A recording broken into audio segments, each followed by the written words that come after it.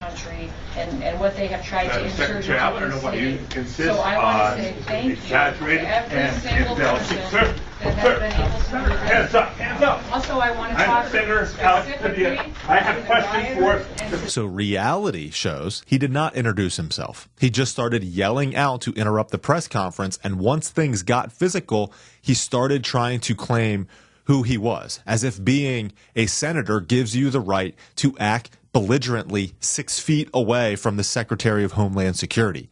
If you or I went into this room and acted this way, we would be treated exactly like this.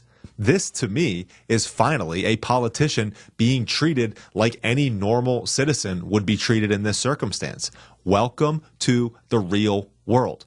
But of course, you know what this means. President Trump is a tyrant who silences and censors his political opponents. Listen to this wild take from Elizabeth Warren. They're having a press conference. Cameras are rolling.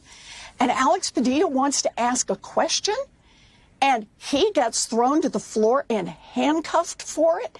And then the Trump administration just wants to gaslight everybody and somehow try to blame the senator for that. All I can say is anyone who isn't already convinced that the Trump administration is trying to undermine free speech in this country, trying to shut down anyone who doesn't agree with Donald Trump and doesn't bend a knee to Donald Trump, anyone who doesn't believe that that's what the Trump administration is doing needs to watch that video of Senator Padilla being wrestled to the ground and handcuffed simply for trying to ask a question.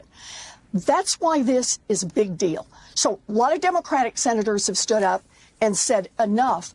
I want to hear where the Republican senators are, because anyone in the position that Donald Trump is in who is willing to do this with a senator and back it up, Kristi Noem in there ready to back up and no apology, try to defend herself and lie about what happened.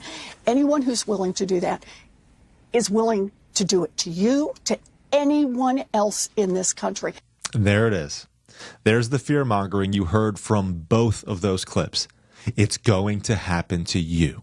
How about an apology from Alex Padilla for acting like an asshole at a press conference that he wasn't invited to, showing up in street clothes? Let me ask you this. If you walked by Alex Padilla on the street, would you have any idea who he was?